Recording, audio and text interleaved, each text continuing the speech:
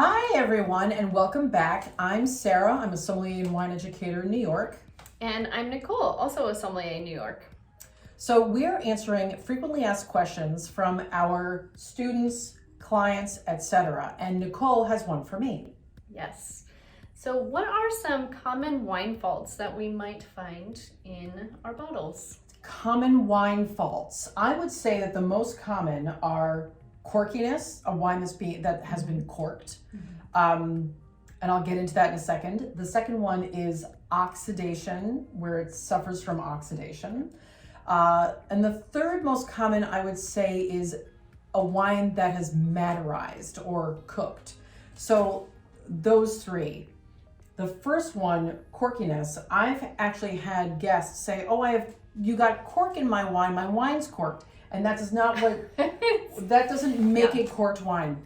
Cork is a natural product that comes from cork trees that grow in Portugal. What we talk about when a wine is corked is not cork that's floating around in your wine. All you have to do is take a spoon or your fork or a knife and just gently lift out the cork and the wine is fine. When we talk about corkiness, we're talking about a molecule compound called trichloroanisole, and it's TCA. So that TCA gets into the wine through the cork though. Yes. And so what happens, I'm gonna put my wine down for this. It's getting real. The farmers will shave the cork tree. You have this cork, it gets washed in a chlorine solution. There is a bacteria that lives, or a mold that lives in the cork tree, that can live in the cork tree. And once that bacteria is in the presence of this chlorine solution, it creates another compound that ultimately creates the trichloroanisole. So if that piece of cork from the cork tree has that mold or bacteria in it and it is cleaned with that chlorine-based solution, that is what develops. What it smells like on the wine is like a stack of moldy cardboard that was left, that you got wet and left in the trunk of your car or your basement for a long time, and it stinks like wet, moldy cardboard. That's what it smells like. It doesn't change the color of your wine. It doesn't change the texture of your wine. It is a smell. If you don't detect it on the nose, which happens because it might be lightly corked, you can sometimes get it on the palate. And how that presents itself is the wine tastes flat. It's like the fruit's gone. You're like, where'd all the fruit go? Yeah, your wine should have fruit. It's made from grapes. Yes. And if it's lacking fruit, that's what it almost feels like. There's a hole in the wine. Yeah. And that is usually a sign that tips me off that, oh, this wine might be corked, because I might not have gotten it on the nose, but I'll get it on the palate. Yep.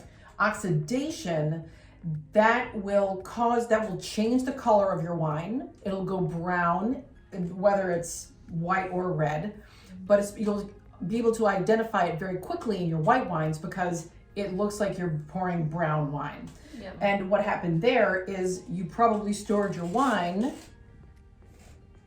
standing straight up imagine the cork is still in there and the capsule's on it, but you stored the wine straight up, which meant that the cork dried out. And it dried out because it wasn't in touch with moisture, or AKA the wine, lying on its side. So it dries out if you stored it incorrectly, the cork dries out. And then what happens is too much oxygen gets in. Yep. Oxidize your wine. It'll taste like bruised apples, like not moldy, but like old applesauce, and really nutty and almondy when you know that it doesn't taste fresh and like fresh fruit. Yeah. So you can think of the cork as kind of like a sponge. So if it's standing upright and it dries out, it shrinks. So then it's allowing all that air to get into the bottle, as Sarah said. But if it's laying horizontally, then it soaks up that and it stays nice and plush and tight so that no air can come in. Yeah. The third one, maderization, is when you literally cook your wine. This is when you store your wine on top of your refrigerator or on top of your radiator or near it. So please don't do that. No. That'll kill your wine really fast. And it can do that literally like in a day. Yeah. You can totally kill your wine. Yeah. And then how that wine tastes is, it tastes like you cooked your wine. So if it's a red wine, it'll taste like mulled wine, like pruny and raisinated. Yeah. Yeah. You also touched on in an early FAQ, light struck wines. Yes, Yeah. light strike. Yeah. That happens. No storing wine in windows. So not only not on the radiator, but also not in the window, because any UV light coming in can hit the bottle and alter the way the wine tastes and smells. Often those wines are usually stored in clear bottles because they can't cut the light as well, that become light struck.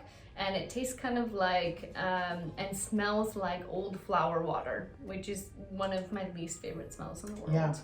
That's a great question. Thanks for asking that, Nicole. Yeah, absolutely. We do get these questions all the time.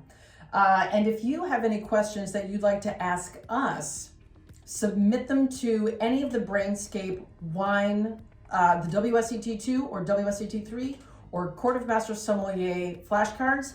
Download those. And on any card, submit a question and we'll be able to see it so we can answer it at a later time. Thanks for tuning into this FAQ, and we have lots more, so keep watching.